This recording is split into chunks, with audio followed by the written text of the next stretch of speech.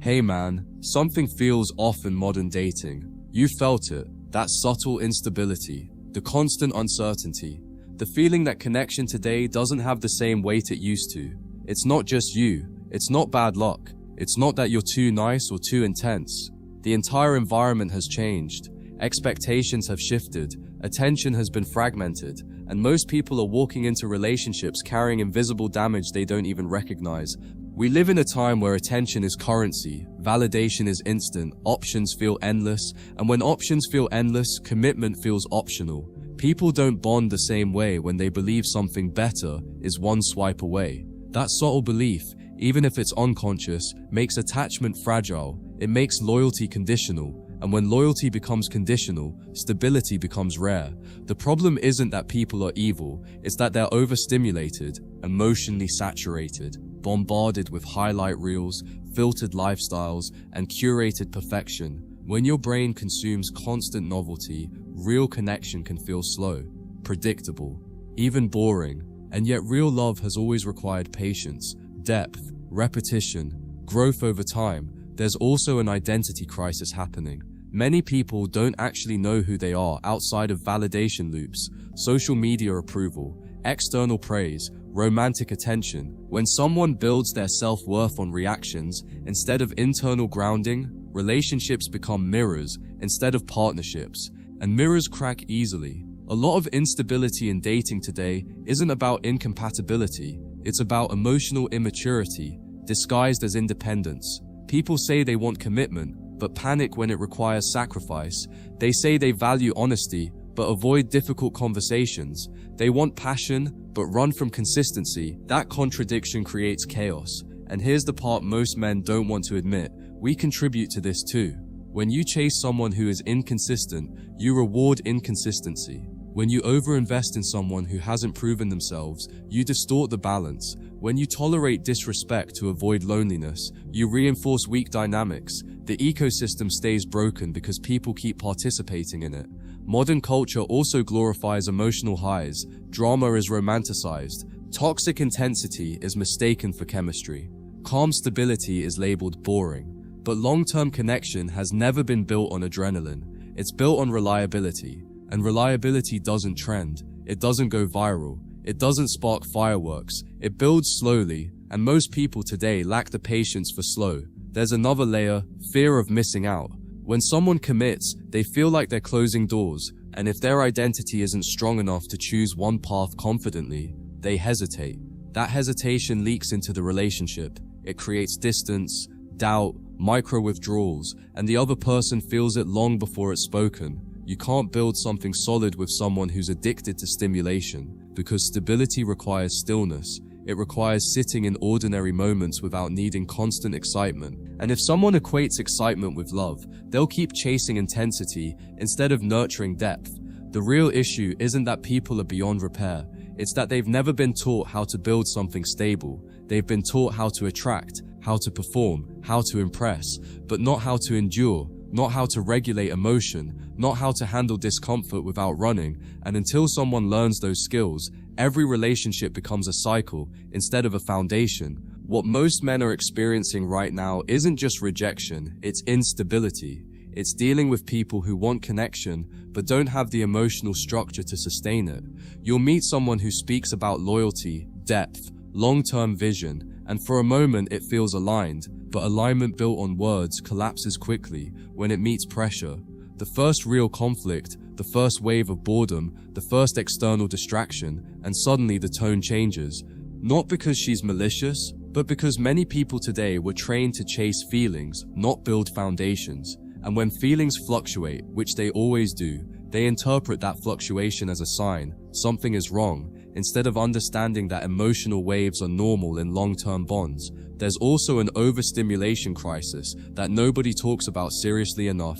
When someone consumes endless novelty, attention from multiple sources, constant messages, constant validation, their baseline dopamine levels shift. Real-life connection begins to feel less intense compared to digital stimulation. A stable partner who shows up consistently might not trigger the same high as unpredictable attention from strangers, and when the brain gets addicted to that unpredictable reward cycle, consistency feels dull instead of secure. That's not evil, it's conditioning, but conditioning still shapes behavior, and if someone hasn't learned to regulate their need for novelty, they'll sabotage stability without even realizing why. The uncomfortable truth is that many people today are emotionally fragmented. They want independence but fear loneliness. They crave intimacy but fear vulnerability. They demand reassurance but resist accountability.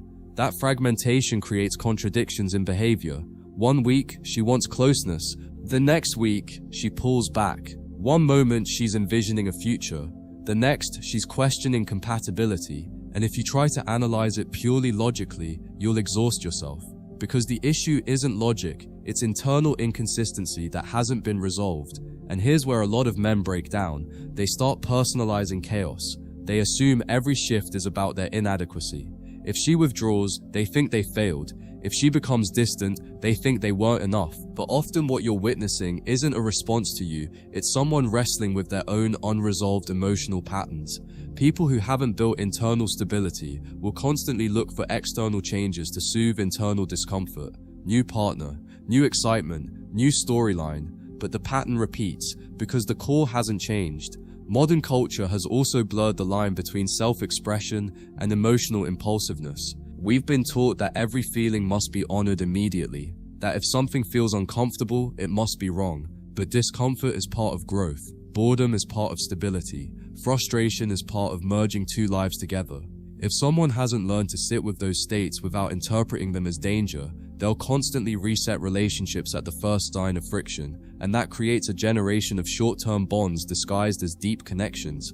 There's another layer most men don't see clearly: identity inflation. Social platforms have convinced many people that they deserve extraordinary treatment without necessarily developing extraordinary character.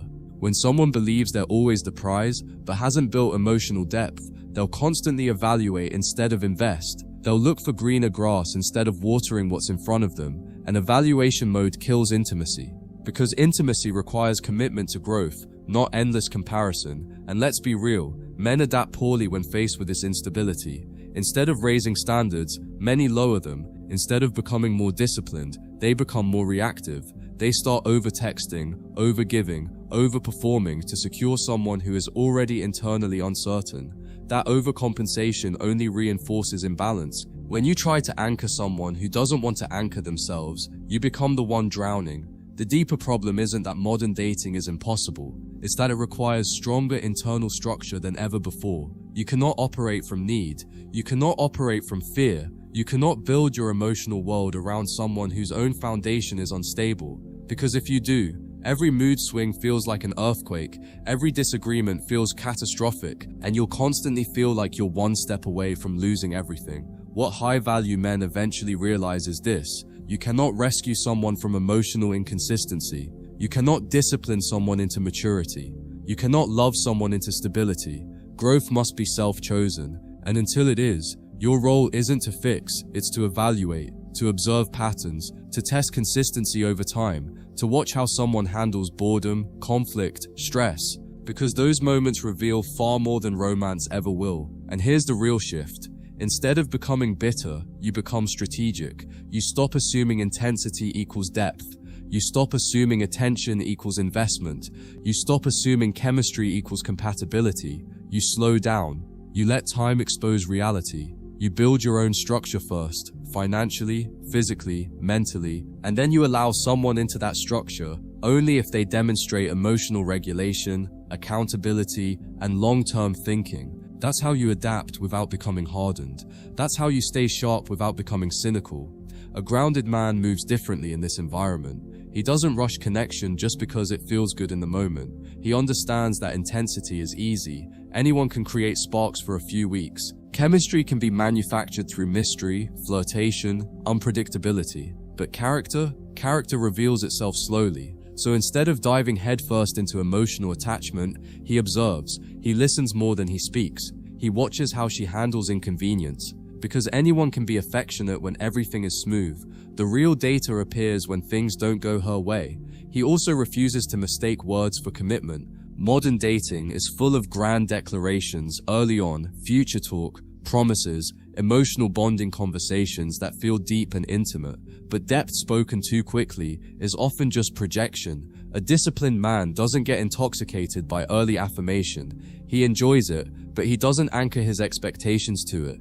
He understands that consistency over time is the only reliable metric of alignment. There's a patience that comes with maturity, not passive waiting. Strategic patience. He doesn't chase momentum, he allows things to unfold at a pace that reveals reality. If she pulls back, he doesn't panic. If she accelerates emotionally, he doesn't lose composure. He matches energy with stability, not excitement, and that steady rhythm filters out those who thrive on chaos. He also builds a life that doesn't revolve around romance. That's crucial. When your schedule, your mission, your friendships, your discipline remain intact regardless of who enters your life, you avoid emotional dependency. You don't overinvest too early because your world is already full, and fullness is attractive, not because it's flashy, but because it signals that you're not looking for someone to complete you. You're looking for someone to complement you.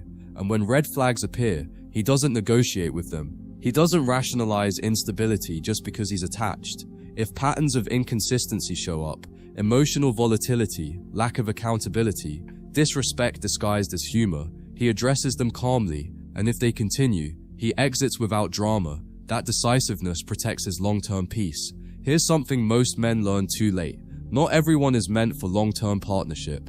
Some people are meant for lessons, temporary connections, short chapters. The mistake is trying to turn every connection into permanence. When you release the need to force longevity, you evaluate compatibility more clearly, and clarity reduces suffering. A grounded man also understands that loneliness is not an emergency. This is critical. Many men compromise standards because they fear being alone. They accept half effort, mixed signals, emotional confusion.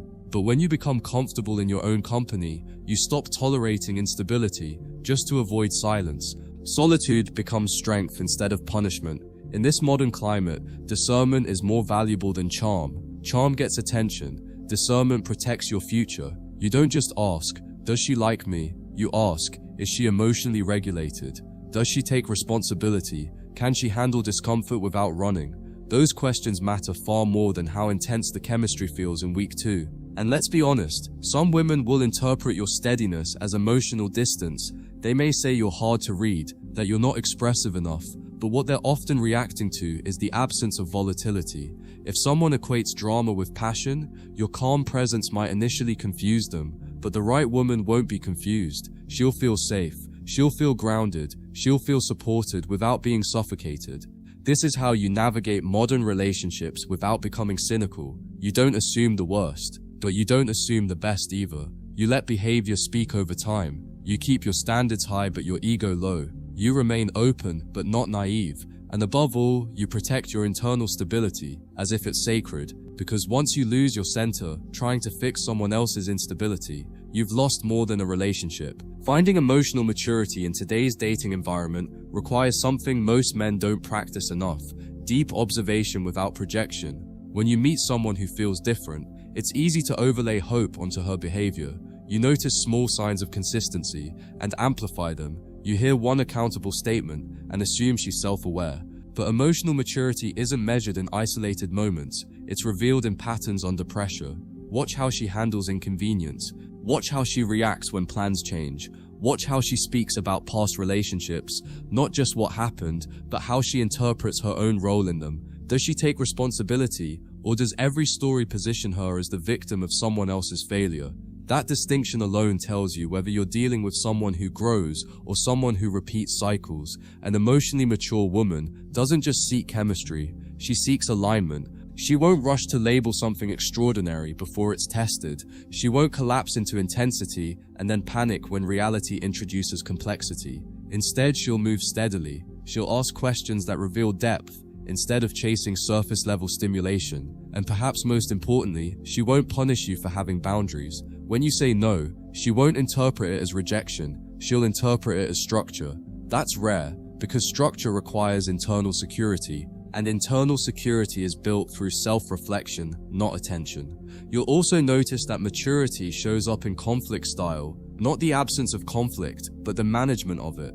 When tension arises, does she escalate quickly? Does she weaponize past arguments? Does she threaten withdrawal to regain leverage? Or does she slow down, regulate, and seek understanding? The difference is massive. One style creates emotional whiplash, the other builds trust. And trust is not built through affection, it's built through how safely disagreements can exist without threatening the entire bond. Another marker is how she handles boredom. This sounds small, but it isn't. Real relationships include ordinary days, routine, predictability. If someone constantly needs novelty to feel engaged, stability will eventually feel suffocating to her. But the mature partner understands that calm isn't dull, it's grounding. She can enjoy intensity without being addicted to it. She doesn't interpret quiet evenings as lack of passion. She sees them as foundation. That subtle mindset difference determines whether a relationship deepens over years or burns out in months. There's also humility. Emotional maturity includes the ability to say, "I was wrong." Not defensively, not after being cornered, but sincerely. Someone who can self-correct without ego warfare is someone who understands growth, and growth-oriented people are the only ones capable of sustaining long-term partnership. Because without humility, every disagreement becomes a power struggle instead of a problem-solving opportunity. Pay attention to how she reacts to your independence. When you maintain your routine, your mission, your friendships, does she feel threatened or does she respect it? An emotionally grounded woman won't try to shrink your world to secure her position in it. She'll want to be part of something strong, not the center of something fragile. If she encourages your progress instead of subtly competing with it, that's a sign of internal balance. Mature connection also doesn't require constant reassurance. Of course, affection matters, affirmation matters, but if she needs continuous validation to feel stable, that instability will eventually drain you. The grounded partner appreciates consistency, but doesn't demand emotional micromanagement. She feels secure in your presence without requiring hourly proof. That kind of security creates breathing room instead of pressure. And perhaps the most overlooked sign, she's not obsessed with winning. She's focused on understanding. When conversations get tense, she's not scoring points. She's not collecting evidence for future arguments. She's not trying to dominate emotionally. She's trying to resolve. That orientation toward resolution, instead of victory, changes everything. It transforms friction from threat into opportunity. But here's the hard part. Finding this kind of partner requires that you become equally grounded. If you're reactive, insecure, or operating from ego, you'll either repel maturity or fail to recognize it. Emotional stability attracts emotional stability.